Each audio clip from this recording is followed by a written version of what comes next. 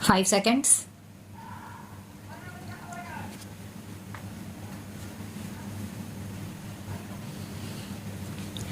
Mr. Deputy Speaker, sir, I rise to support the Finance Bill which has been presented by the Honourable Finance Minister.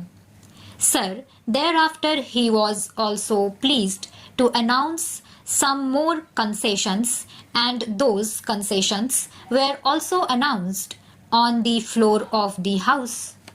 I have heard with great patience the various points which the honourable members from opposition were making here.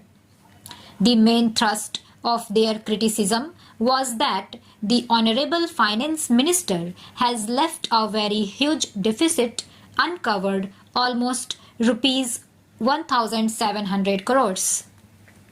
This has been left uncovered. Just 3 days before the budget, the Petroleum Minister was pleased to announce some price hike in petroleum products as to cover the gap. I do not know whether Honourable Member thereby wants to say that this is one of the means of resource mobilization. If he is fully convinced that this is resource mobilization in which Finance Minister through the Petroleum Minister has done this, then of course he will be perfectly justified in raising that point, but every one of us is aware of the fact that there is still an element of subsidy in oil. We have not completely cleared the entire thing. So, any question of resource mobilization normally will not arise.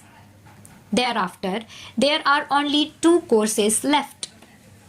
One course is to reduce the developmental expenditure, but the Finance Minister has been pleased to say that he has raised the developmental expenditure corresponding to the last year by 16%, and the honourable members themselves have criticized this by saying that the price rise has been of the order of 20% and your step up is just 16%. That clearly shows that there is hardly any scope of reducing the developmental expenditure. On the other hand, every one of us in one sector or the other has been requesting the minister concerned that he should do this and do that and try to step up the developmental expenditure. If rupees 1,700 crores of deficit has been practically left uncovered, what are the means available? 1.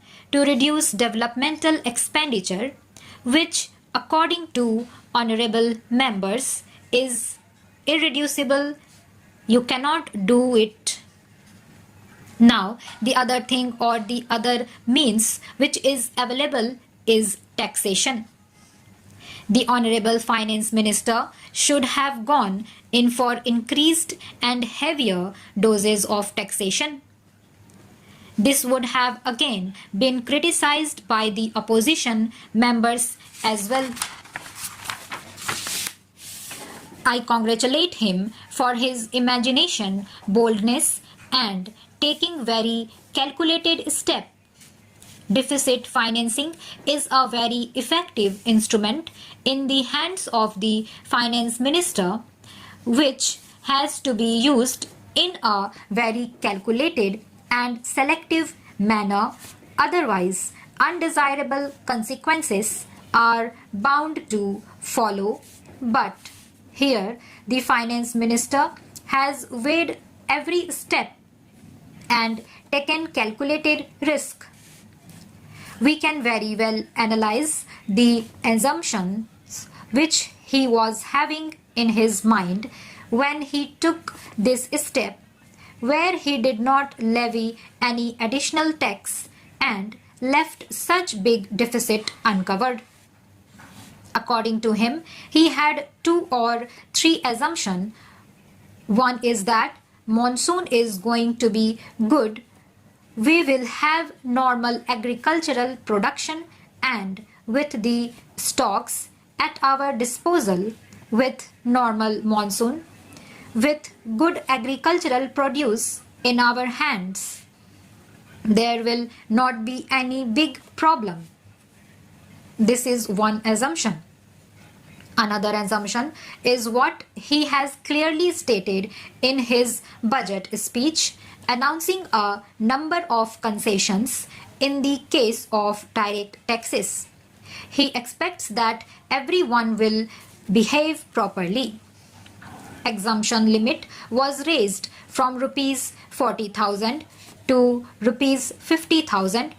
Surcharge reduced from 20 to 10%. He expects better tax returns to be filed so that he will be able to concentrate on major parties, leaving out the smaller one as far as possible.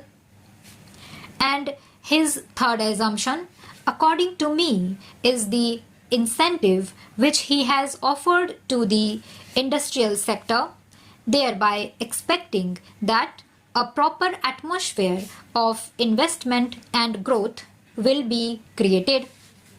Now, these are the 3 or 4 assumptions on which he seems to have framed his budget proposals.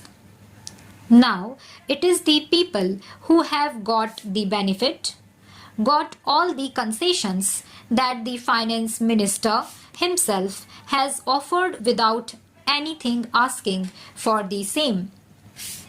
I do not think that any pressure was brought on the finance minister for these concessions.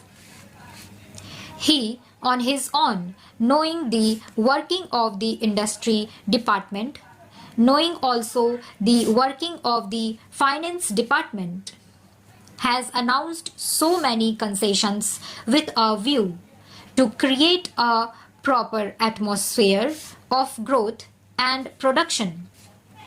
He expects that his budget proposals will ultimately lead to greater production both in the industrial sector as well as in the agriculture sector. How best we respond is now left to the common people for whom he has announced so many concessions. As a matter of abundant precaution, I have 1 or 2 suggestions merely for his consideration. The first point which I would like to suggest will be about appreciable reduction in the non-developmental and non-plan expenditure. If this can be resorted to, a large number of schemes can be transferred to the respective state governments.